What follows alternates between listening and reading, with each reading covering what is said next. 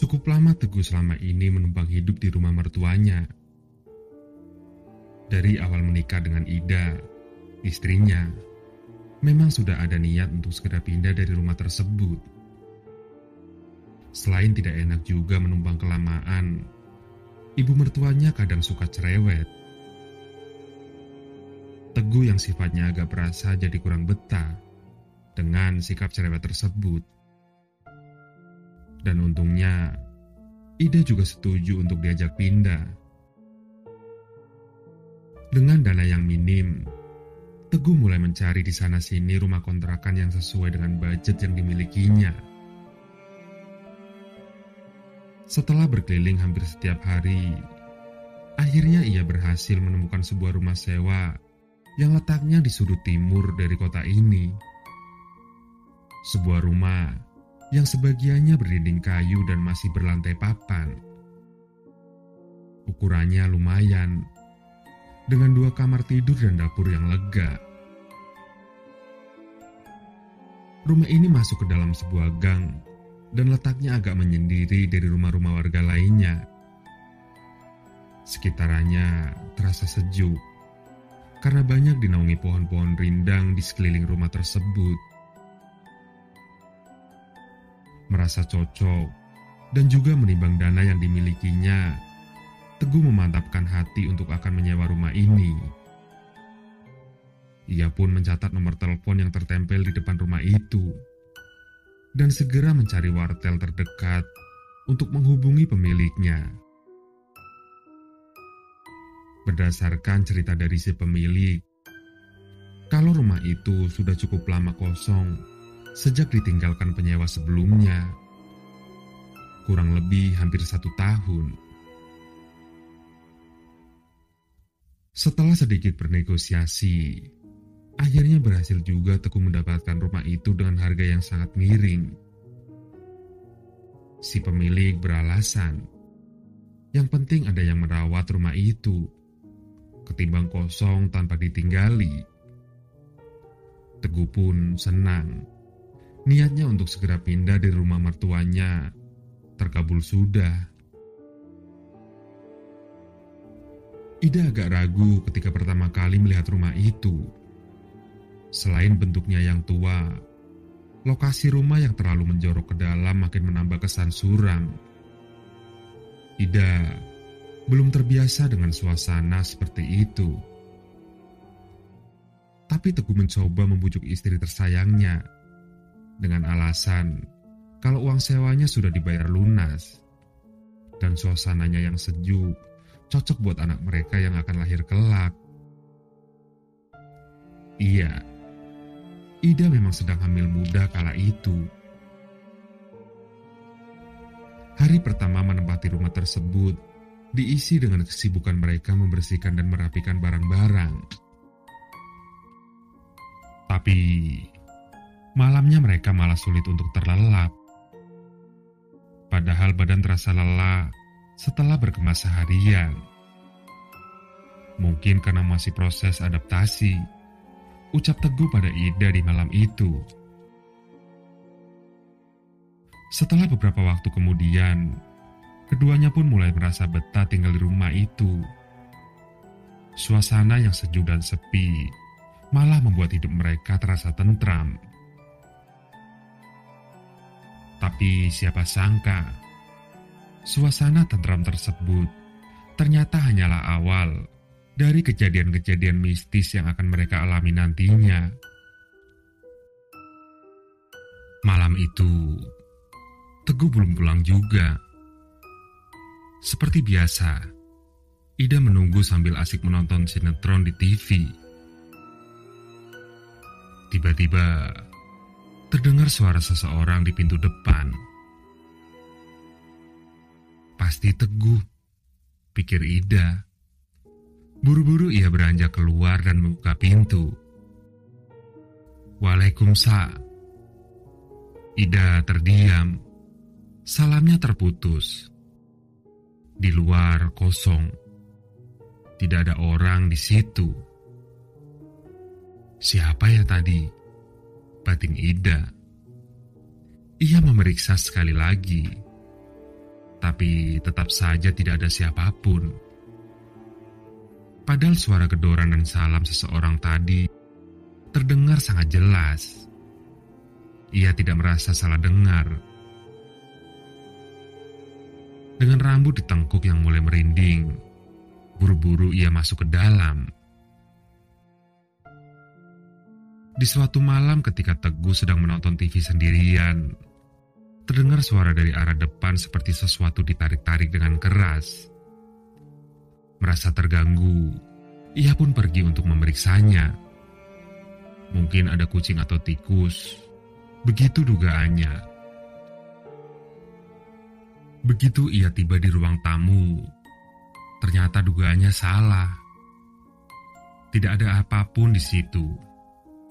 Tapi ia dengan jelas melihat kalau gorden yang ada di jendela rumah itu bergerak-gerak sendiri seperti ada yang memainkannya. Gorden itu terkibar-kibar seolah ditarik-tarik dengan paksa.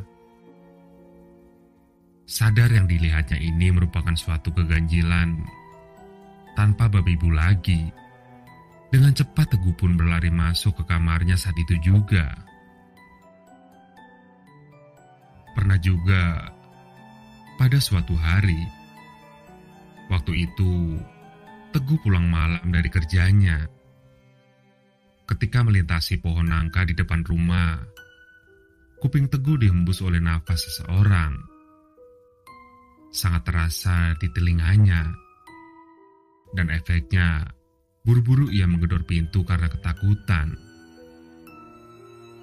Pernah juga di malam yang lainnya, Teguh terganggu dengan suara yang terdengar dari ruang tengah. Suara tombol power TV yang dihidupkan, lalu dimatikan secara berulang.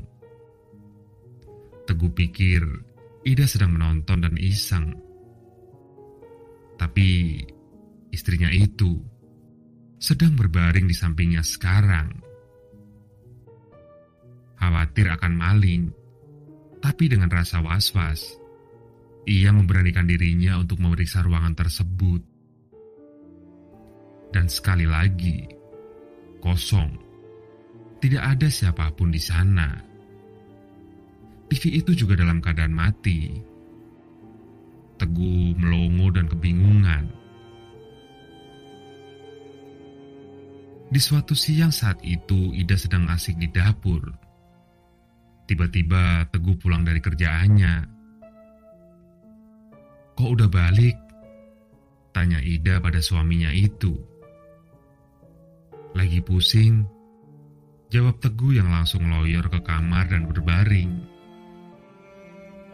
Jarang sekali Teguh mengeluh sakit, apalagi sampai izin pulang. Buru-buru, Ida memeriksa kondisi suaminya itu. Saat disentuh keningnya, terasa dingin. Teguh memejamkan matanya dan tidur membiringkan badan. Ida pun membiarkan Teguh beristirahat. Sampai menjelang sore, tak juga ia terbangun. Ida mulai khawatir kalau suaminya benar-benar sakit. Adzan maghrib baru saja terdengar ketika Teguh muncul dari ambang pintu. "Loh, kamu dari mana?" kaget Ida. "Kan lagi sakit."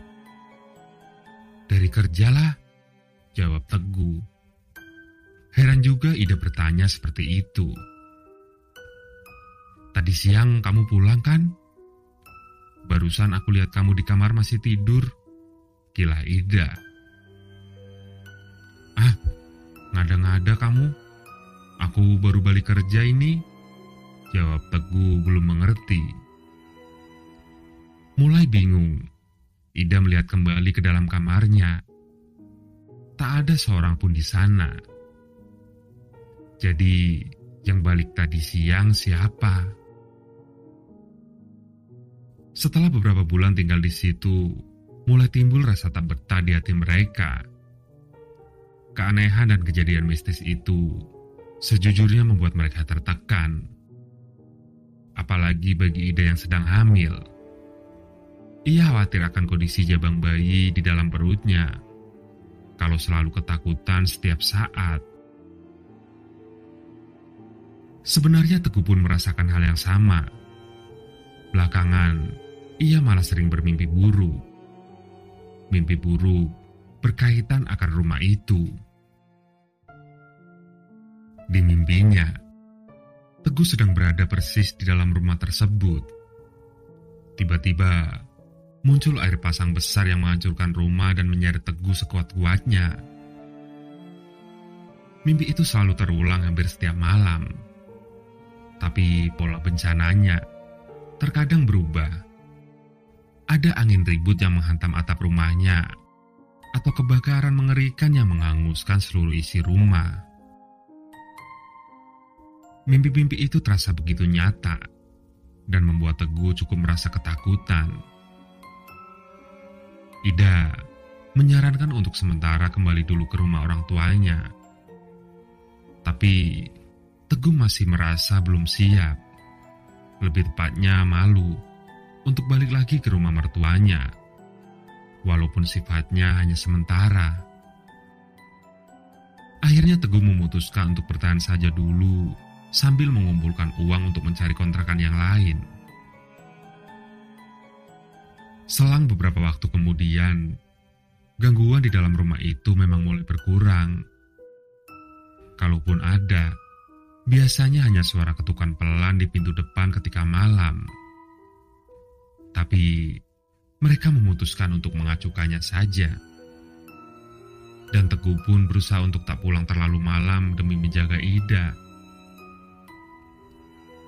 Semuanya terasa seperti akan baik-baik saja. Hingga di suatu malam itu, adzan subuh terdengar dari masjid terdekat. Teguh dan Ida sudah terbangun dan bersiap-siap untuk mengerjakan sholat. Memang, sejak sering diteror, mereka jadi lebih rajin untuk beribadah. Teguh sudah bersiap-siap, memakai peci dan sarung hitam. "Tunggu ya, aku wudhu dulu," kata Ida yang baru terjaga. Segera, Ida keluar kamar dan berjalan ke kamar mandi yang ada di dapur. Dapur itu remang, hanya disinari oleh bolam 5 watt yang berwarna kuning sebagai pencahayaan. Saat memasukinya, Ida tertegun. Ia menghentikan langkahnya. Di depan toilet, ada sosok yang sedang berdiri di situ. Sosok Teguh, suaminya. Masih memakai peci dan sarung hitam, persis seperti yang ia lihat di kamar tidur barusan. Tapi, Teguh ini hanya berdiam diri saja dan posisinya membelakanginya. Tentu saja Ida mulai khawatir kejadian sama terulang kembali. Ada sosok lain yang meniru suaminya. Dengan penuh rasa bimbang, ia memanggil sosok yang ada di depannya itu. Berharap kalau yang ini adalah suaminya yang asli. "Mas?" Dan perlahan, sosok itu memutar tubuhnya menghadap ke arah Ida. Di antara keremangan cahaya, Ida masih dapat melihat kalau makhluk itu menyeringai dengan rupa mengerikan. Ia terkekeh tanpa suara. Wajahnya hitam dan gelap. Mendadak, Ida tidak bisa bergerak. Mulutnya seperti terkunci. Ia ketakutan setengah mati. Sosok itu mulai berjalan ke arah Ida dengan masih memakai peci dan sarung hitamnya. Makin dia melangkah, makin tinggi bentuk fisik makhluk hitam itu. Ida mulai menangis, menatap kengerian di depannya. Dan ketika makhluk itu berjalan, Ida sempat melihat ke arah kaki sosok tersebut. Sosok tinggi besar itu berjalan dengan kaki menjinjit. Sebelum makhluk itu mendekat, untungnya Ida sudah dapat menguasai dirinya lagi. Ia pun menjerit sekeras-kerasnya dan segera menghambur ke dalam kamar. Esok paginya, mereka pun memutuskan untuk segera angkat kaki dari rumah itu. Ida sudah tidak tahan lagi. Sepanjang pagi itu ia menangis tanpa henti. Beberapa orang tetangga datang untuk membantu mereka. Salah seorang tetangga bercerita tentang rumah itu. Akhirnya sebuah fakta terungkap. Ternyata penyewa sebelumnya sempat menjadikan rumah ini sebagai tempat praktek ilmu kebal. Biasanya rumah tersebut ramai di hari-hari tertentu saja. Kebanyakan yang datang adalah orang-orang yang mencari kekuatan untuk tahan dari bacokan senjata tajam. Kebetulan, pada sekitaran tahun tersebut, sedang marak perselisihan antara etnis di kota kami. Tetangga yang bercerita itu sempat melihat saat praktek berlangsung. Memang tak jauh dari membakar kemenyan dan merapal bacaan-bacaan yang entah apa artinya. Setelah mendengar kisah tersebut, makin meyakinkan Teguh dan Ida untuk segera hengkang dari rumah angker itu. Akhirnya, pindahlah pasangan suami istri tersebut, meninggalkan rumah itu yang hanya sempat mereka tempati selama hampir 7 bulan saja. Setelah sekian lama, ternyata Teguh tidak dapat melupakan rumah itu.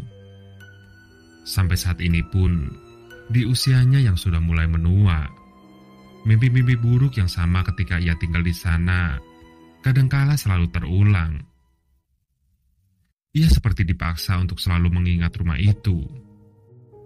Sampai detik ini, ia masih ingat bentuk bangunannya, bentuk kamarnya, bentuk dapurnya, walaupun kini rumah itu sudah tidak ada lagi. Menurut cerita yang saya dengar, Teguh dan Ida adalah orang yang terakhir menempati rumah itu. Si pemilik rumah sempat akan menjual rumah itu, tapi sayangnya tak ada satupun yang berminat untuk membelinya.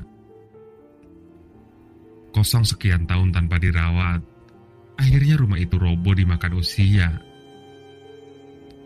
Yang sekarang saya lihat, area di sekitar rumah itu kini sudah jadi komplek perumahan. Suasananya memang sudah berubah sekarang. Dan tak seorang pun yang kini peduli tentang kisah misteri yang pernah dulu terjadi.